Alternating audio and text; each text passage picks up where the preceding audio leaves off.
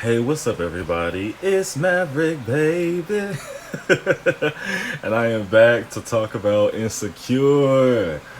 Now, this episode, Lowkey Happy, there's a smudge on my glasses and it's like a fog on there and it's pissing me off. But this episode of Insecure was so good.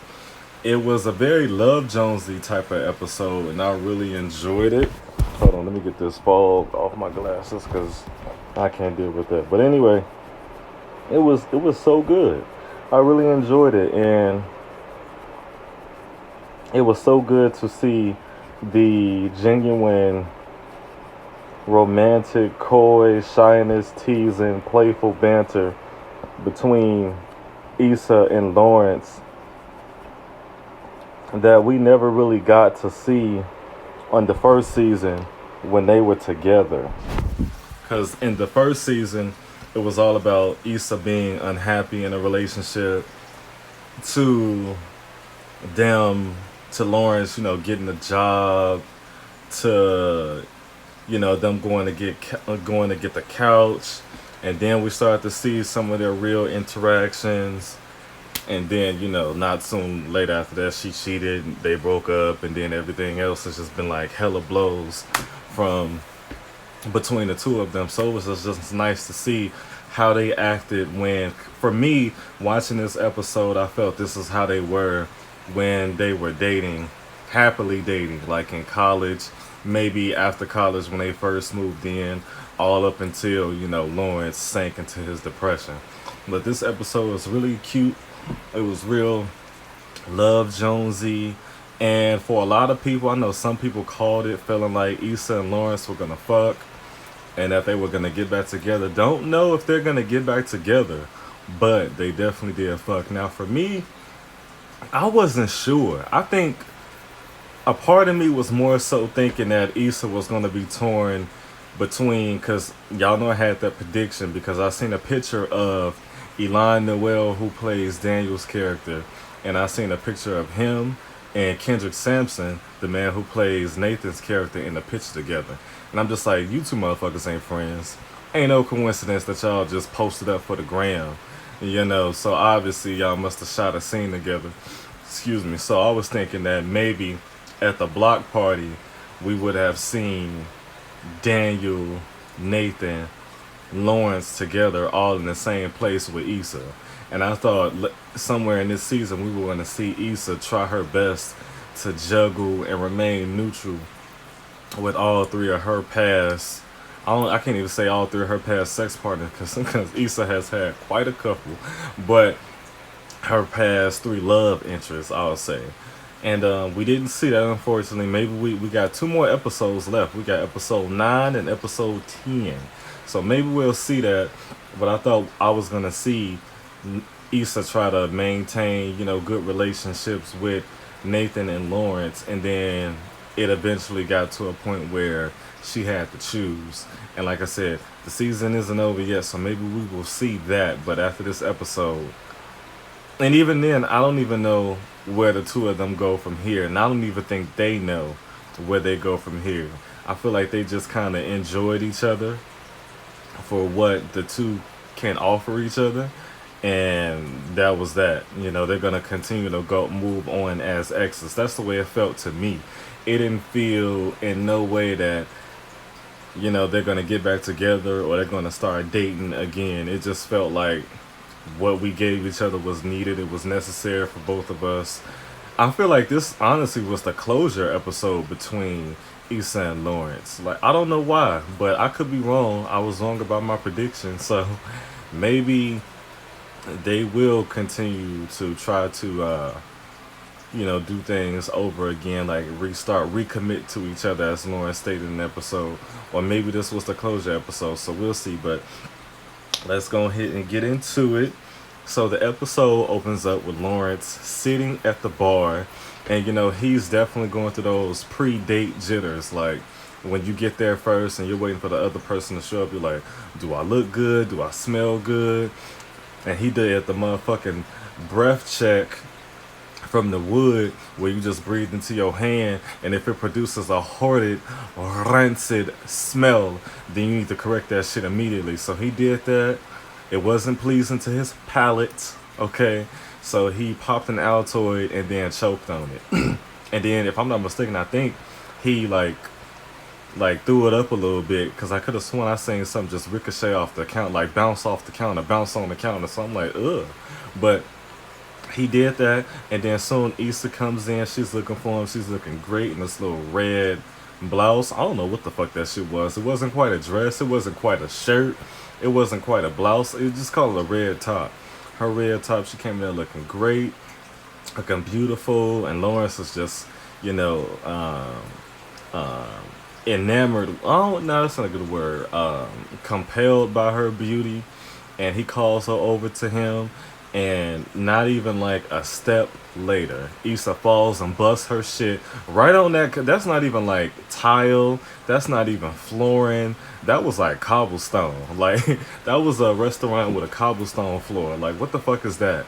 So she busts her shit face first in there, trying to get past some bitches, and they didn't give no fucks. Nobody gave no fucks. Everybody's like, ooh. And I can't stand people like that. Like, offer to help somebody up, especially a woman. But chivalry is so dead, and it saddens me. But if were that me in that situation, man, you need help. The waitress or whoever the fuck tries to help Issa up, she refuses. And when Lawrence offers to help her up, she refuses, so he leaves her on the floor. I'm like, Issa, stop playing. Get your ass up. Because I guess, like, she was really trying to soak it in, like, after everybody's, like, reactions were over with, after everybody start clutching their pearls, release their pearls a little bit, then she was like, okay, I can get up now because the initial reaction is over. But she got herself together. She got up. The bitches who, I don't know if they tripped her or whatever the case. I don't know. But they say Issa is very clumsy. So it's very possible that she just landed on her face by herself. But they was like, oh, sorry, sis, be blessed. And they kept on walking. And she made it to Lawrence's ass. And Lawrence was like, are you okay? Like, your face is a little red from that fall. Like, are you okay? And Issa swaying up and down. She good. But the two of them started talking. They're catching up. They're talking about the block party. Lawrence is talking about, you know, he went to San Francisco because he's ready to move on from Meridian. And honestly, even though he said that, you know, he just wants to pretty much spread his wings and just doesn't want to be afraid to move on from shit, what he's doing is very smart. Because Meridian is showing all the signs that it's going under. So much to the point where that bitch at Condola's Friendsgiving party mentioned it. So clearly anybody who's paying attention knows that that company isn't doing good. A lot of people, they just try to be hopeful and try to wait and see what's going to happen. He's like, nah, it's probably best that I just get my black ass the fuck up out of here before I'm without a job. And at this point, it'll be involuntary. So he lets her know that. And he asked her about the block party, and she was like, you know, the block party, it was great. I loved it. It almost killed me, but I did that shit. And Lawrence was like so proud of her. I feel like in that moment he realized this was a different Issa. Because Issa, like him, she didn't have any career ambitions. Like, no, now that I realized that, she didn't have any goals at work that she really wants. She didn't want to achieve no milestones or anything like that at work. So she didn't have no drive at her job to really be promoted at her job or anything like that. She was just kind of just there. And Lawrence was like in that same predicament. I feel like if he would have seen her wanting to be a supervisor at her job, eventually becoming a manager, then eventually moving on and up and up and up and up, that would have inspired him to be on his shit the way he said that he felt like Condola was inspiring him. But because he was watching Issa hate to really get up and go to her job, I feel like that made him even more complacent in a salty ass predicament that he was in, now that I think about it. But he was proud of her. He was really proud of that growth, as Kelly said, that growth. So Issa, Lawrence mentions to Issa that he seen Molly at the airport coming back from San Francisco, and he said it was hella awkward because it was, but he and Molly always have awkward interactions, and I think that's because they were never friends whatsoever. They were just Issa was just their mutual, and Issa takes a little shot, like, probably because we ain't friends no more. And Lawrence, like, is just completely taken aback by that. He's like, "You and Molly ain't friends, bitch. Stop it." And she just makes that face like, and he's like, "Whoa!" He's doing the Flavor Flav. Wow. Who else used to watch Flavor of Love with me? He used to go, "Wow."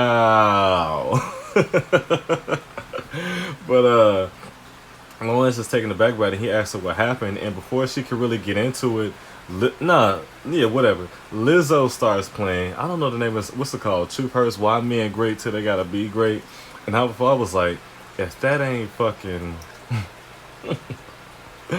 I mean, I don't want to say like Lawrence wasn't really trying to be great, and after the relationship, but why did he have to be great until? Why couldn't he have been great throughout their relationship?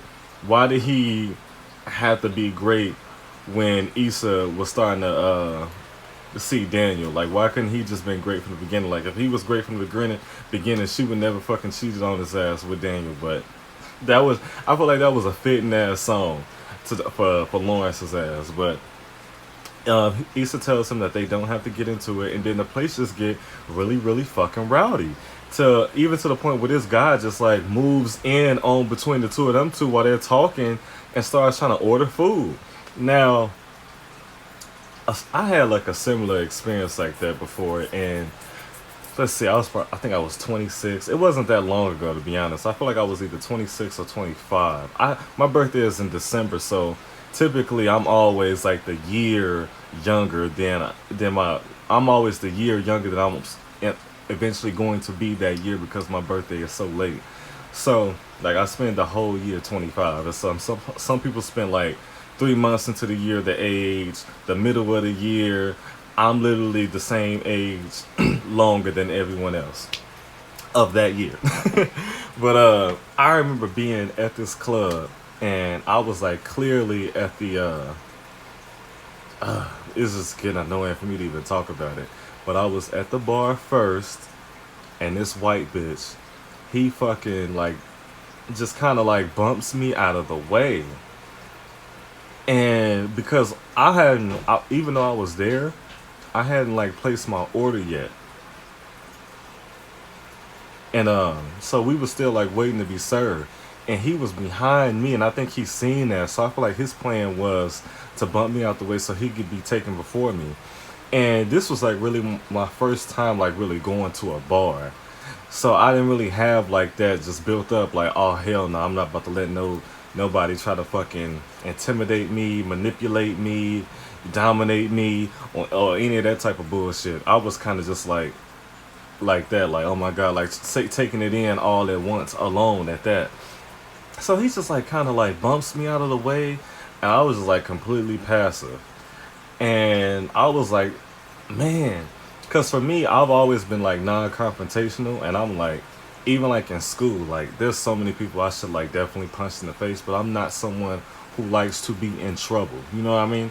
And even still, I'm like, man, I really don't want to like get into like no public domestic disturbance or anything like that, because I'm not trying to go to jail.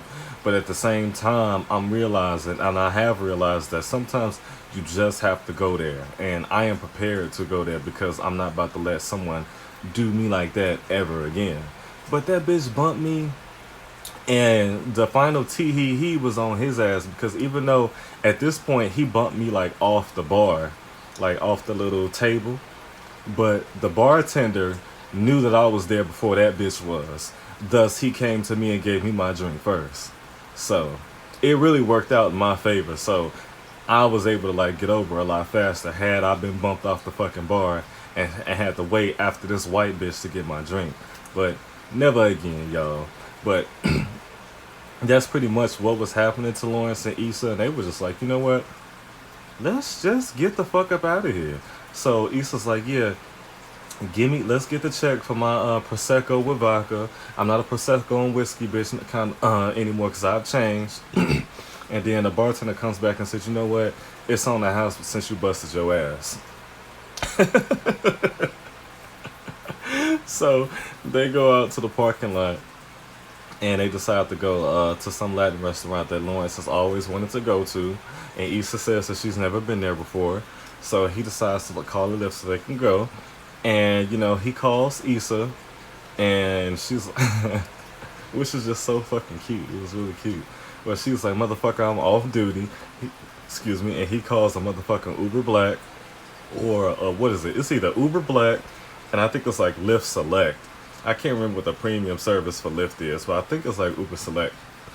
And they get in the car, and they start to drive off. And the woman, the driver, is just like, she's totally one of those drivers who like to talk. Now for me, I always like have my headphones on, like wherever I go. Where are they? I always have these on when I go out in public. But when I get into lifts, and I take lifts frequently to work. When I get in lifts, those don't stop the lift drivers from talking to me at all. And the only time I really like shush a lift driver, I'll say, "Oh, excuse me, I'm on the phone," or "Don't mind me, I'm on the phone." But that's if I'm actually on the phone. But I don't really have it in me to tell like the driver, like, I really don't want to talk. I don't have it in me to just blast the music up while they're talking to me. I just don't have it in me. So if they want to converse, I will converse. But I would much rather not, especially depending on who it is. But this lady, she was very friendly, asking them, was this their first date? And I'm like, sort of, like, it's their first date as exes, So it technically was the first date, but asking if their first date, where they from, to where Issa says Alaska, because she just really does not want to talk. As she said, she hates when they try to talk to her when she is the fucking driver. And Lawrence is just like, come on, I get a lady a break. And she asks where they married. And he's like, well, I bought a ring, but I tried to marry you. And Issa's just completely taken aback by that. Now, oh shit, I need my good light. Where my good light at? Anyway, Issa is completely taken aback by that. So, I guess she just didn't know. Now, here's what confused me. Maybe this was a misstep in writing. Because, yes, in the first season, Issa was brought to the mall. Well, not brought to the mall, but brought to the store by Lawrence to go look at a ring. And then, after she cheated and he went to Chad's house to go sulk about it, he was telling Chad, we had just looked at rings. He never said that he had actually went and bought a ring. I feel like if he did buy a ring, he would have told Chad, like, yo, I just bought her a ring. And it just didn't, well, never mind. Not that I really know engage or ask someone to marry you etiquette. But I feel like that would have made more sense. But I feel like maybe the writers just wanted to advance that storyline a little further. Maybe Lauren still has the ring, because I would definitely know. If I was Issa, I would definitely want to know if that motherfucker still had the ring. Excuse me. But whatever the case, he bought a ring, and Issa was completely taken aback by it because she did not know. So they end up going to the fancy Latin restaurant, and Lawrence ends up finding out from Issa that she did in fact go there. And she was like, well, you really wanted to go, and I didn't want to make it weird. And he was like, look, no eggshells. We know each other too well and for too long for us to do that. And I agree. Because personally, I wouldn't be walking on... No, I feel like Issa was probably only walking on eggshells is because she wanted Lawrence back. And she did not want to fuck up getting him back by being abrasive or too comfortable or anything like that. Like, I understand, but if anyone else who don't particularly want their ex backs, you shouldn't be trying to walk around eggshells to please. If they're not doing that for you, then don't reciprocate the courtesy that they're not even giving to you in the first place. But they go to a table, they start to order, and Issa asked them at the bar, she was like, what did you want to talk to me about? And, he dragged it out. And then when they finally got to the table, after Issa had the order for him and her, and he was quite impressed that she still remembered all the things that he liked. But I feel like some things, especially after knowing somebody for so long, those things just don't go away. Like, I feel like 5 years, and it's only been a year since I feel like they've been broken up. So, or maybe months in, I don't know. But maybe 15 years later, you forget that shit, but not with it being that fresh. But she asked him, she's like, what is it that you want to talk to me about? And he had asked her, no, he didn't ask her anything. He told her that he was wondering what it would have been like if they had stayed together. And I kind of wanted them to expound on that. Like, what do you mean as far as like where we would be as a couple, where you would be in life, where I would be in life, or like what did you mean? Like, but they didn't, and they began a really deep conversation, and I feel like they finally got the answers from each other that they needed because for this last season and the season before, everything was framed with how Lawrence felt about the demise of their relationship, and not so much how Issa felt. I mean, yeah, we get what she felt when she said to Molly, but he never knew how she felt about their relationship. He pretty much just like, you cheated on me, you a whole piece, and that was that. So Issa like finally tells him, she's like, you know what, you nothing I was doing for a year snapped you out of what you were feeling.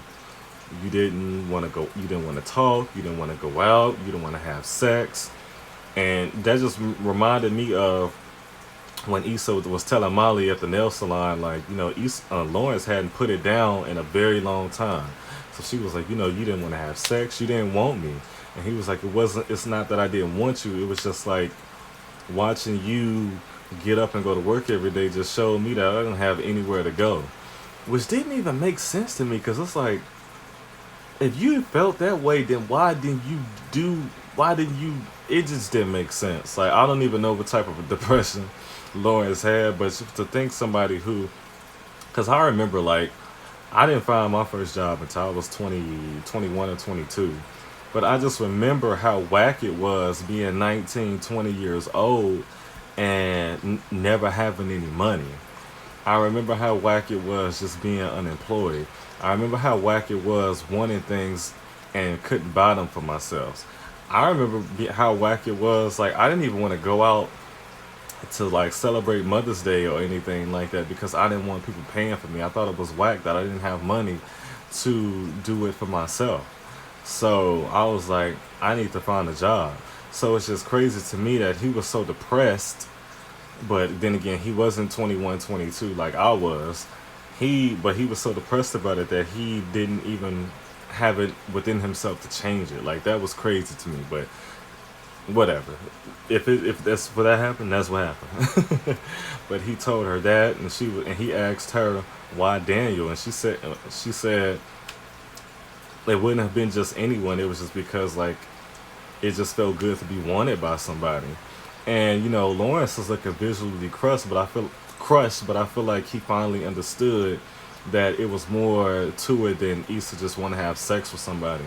It was because you were in a dark place and you essentially dragged her into a dark space as a result. Like, misery loves company, and misery is fucking infectious, you know. People who are living like otherwise normal or great lives will be around someone who's miserable and see everything wrong with themselves because of that miserable person. Which is why Molly's not fucking miserable as Issa claimed, because if that was the case, Molly would have had Issa feeling like shit because you ain't popping. You ain't got it going on. So this was a very deep and necessary conversation. Uh, I thought it was a very necessary conversation for them to have because they finally had understanding, and she actually was able to hear his side and what actually made him depressed, and he was actually able to see why she cheated. So I thought that was like really, really dope. I thought it was like very dope and very mature and something people need to see, you know, who have like going through issues with cheating and in their relationships, and like trying to salvage those relationships, or trying to salvage that, not necessarily the romantic relationship but the relationship with the person who cheated. Because a lot of times, like I said, like Lauren said, it was just easy to just blame all that shit on you and just move on because you wronged me. And that's like unfair because you are refusing to acknowledge the part that you played in it.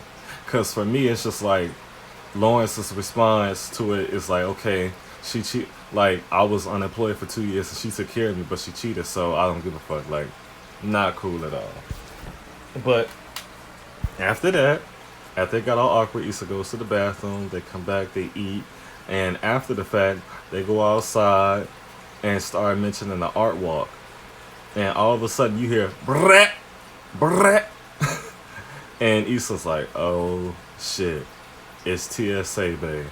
TSA Bae walks up, and Issa tries to act like she doesn't know him, and Lawrence is eating it all the fuck up. He's like, "Oh, but it's better to be motherfucking TSA Bae than Calvin. I mean, than Daniel." So Issa tries to give him the high five, but he pulls her in for a hug. Lawrence introduces himself to him, and they start talking. And Lawrence asks,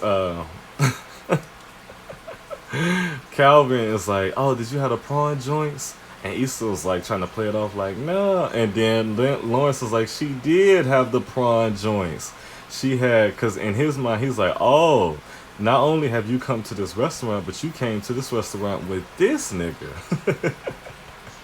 So dirty, but Lawrence is loving it in a cool way. Like, he didn't get jealous. He didn't like, "Oh, here goes another nigga that she fucked." He didn't do none of that. He was just so content with just teasing her and making her squirm. Meanwhile, she's trying to act like she doesn't fucking know him. And that interaction was just fucking hilarious. It was hilarious. And Lawrence asked, "So how do y'all know each other?" And TSA Bay kind of like threw me off a little bit because he was like, "Oh, we used to get it in." Like, don't say that. Just say like how we met, where we met, and that's that. Don't do nothing. Don't say we used to get it in because that's just kind of like tacky and tasteless. Like, come on now. Even if like that is true, but that's not how we met. We didn't meet just like fucking. Like, I didn't just see you and fucked you on the spot, motherfucker.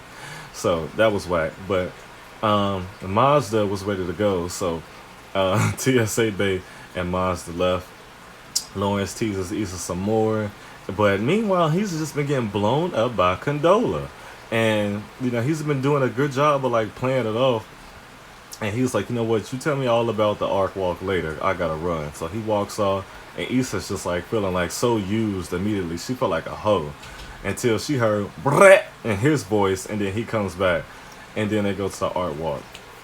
Now the art walk was like so nice, like to just like have to like go out for dinner and then to just go for a walk with nice weather, no mosquitoes, no humidity, no shootings, no none of that, and just go enjoy some art. It's just like so like I wish shit like that was around here in boring ass Northwest Indiana, particularly the 219 area. There is nothing like there's no block parties. You can't walk nowhere. They took the Radisson down. The Radisson is where like people used to have their concerts. Like, that's why I seen Keisha Cole in person for the first time. It's on my YouTube page. Y'all just gotta go back and go look. So it's just so whack. So just to be able to go out and go do something like that after like that's a nice date. That's why I said like this was like really Love Jonesy, because you really had the two of them really enjoying what they were doing while enjoying each other. So it was super nice. I don't really want to draw this out for too long, and I don't think too much happened at the art walk, other than them just being proud of each other. Like, Lawrence is really liking this new Issa and this ambition that she was given, like with the block party, and now she wants to become an event planner, and he's encouraging her, like, "You know what, you got this." Unlike Daniel, who just wanted to keep her ass under his thumb, living with him and shit, and she just pretty much encouraged him all the fucking time. Lawrence is really encouraging her to like do more. Like, if she didn't have any ambitious drive, or if he felt like she was unsure of herself, he wanted to be that bastion of hope, telling her that she could do it. That was nice. They seen two paintings that reminded them of Chad and Kelly, and that was accurate as fuck. Lawrence bought a picture. They didn't show us the picture, and then they left, and they went back to Lawrence's house, and then they fucked. Because I really don't want this to be a long ass video. I feel like this is terrible. I don't really like making long ass videos for y'all, but it was good, y'all. Like, the whole time I was watching it, and when he told the Lyft driver, like, to come in for 5 minutes, my mom was like, "He ain't coming back. She's not coming back out." And sure enough, she didn't, because they started fucking. So I don't know, man, because with Condola blowing him up like that, and the fact that he wasn't being honest about it. That was a red flag. And Condola tells Issa that they broke up, but she is clearly so desperately trying to talk back to him. Maybe she feels bad about how they broke up with him, finding out that she felt like he was just a fuck buddy, or she felt like she did something wrong. I don't know. And then one thing that Issa did that bothered me was when she had mentioned like, "Oh, I heard you and Condola broken up." I was like, I wouldn't have said nothing. I wouldn't have even mentioned that. I wouldn't have, because I feel like the moment you mention the other bitch is when you become the other bitch. If he didn't feel like it was that important to tell you, then it ain't that important. And the moment that you bring it up shows him that you feel like it's important. So I just feel like anybody out there, don't bring up no other hoe. Just worry about what you got to offer. Worry about what you bring to the table. Don't bring up no other bitch. Okay? And leave it at that. But him being dishonest about it, trying to sneak text messages and shit, and then going outside to go talk on the phone to her, and didn't even have the decency to do it until Issa left. Like you couldn't wait till Issa left to respond to that. Like it was whack. But I feel like in this episode it was like a parallel between the first episode when Condola was had the mixer with Issa and then went back to go fuck Lawrence. And then Issa finding out that Condola was calling Lawrence, so she decided to fuck Lawrence. Like I thought that was like a odd parallel between those two scenes. Like, but anyway, she didn't want the night to end. He said the night made him happy. She said, "You make me happy," and he said, "Yeah, me too." What the fuck you mean? Yeah, me too. I didn't like that response. It reminded me of like when he was with them white bitches. And that white bitch said to him, "I like you," and he was like, "Yeah, me too." Like in that moment, like, yeah, I know you're just saying this to advance the. So it's like, did you do Issa the same way? I wasn't really feeling that. But as far as like what I feel like Lawrence doesn't really know what he wants. I don't think he knows what he wants between Issa and Condola. But we really don't know what. I mean, I feel like Issa really had like a lot of feelings showing. But after they fucked, she was just like, have a good day. It wasn't like, "I'll talk to you later," or "Call me later," or "I'll call you later." It was like, "Have a good day." So it's like, that's why I feel like, was this like a closure episode? It was making me think of like when he came back to Issa's house apartment to come pick up his shit, fucked her and then left. That was like his closure on that relationship. I'm like, did she just do the same thing? I don't know, but we'll see. But I remember I was saying to my mom, like, if she did want that sex to like mean something. Meanwhile, he's playing both sides, but this time only Issa knows that he's still going back and forth because he got busted pretty much because Condola kept blowing him up. I was like, if he fucking hurts her, guess who he's gonna go back to? Molly. So this was a really great episode, y'all. It was really great. It was really cute. It was really romantic. It was really Love Jonesy. Love Jones is one of my favorite movies. And so I feel like Natasha Rothwell, who plays Kelly, directed this episode. It was great. I loved it. And that's all I got. I said I didn't want to drag this out, but here we got 33 minutes. I don't know what I'm going to do. I need to tighten up and give y'all a video in like 15 minutes or less. So that's my review, y'all. A review of Insecure. Okay. Now I'll check y'all next week. Y'all have a great one.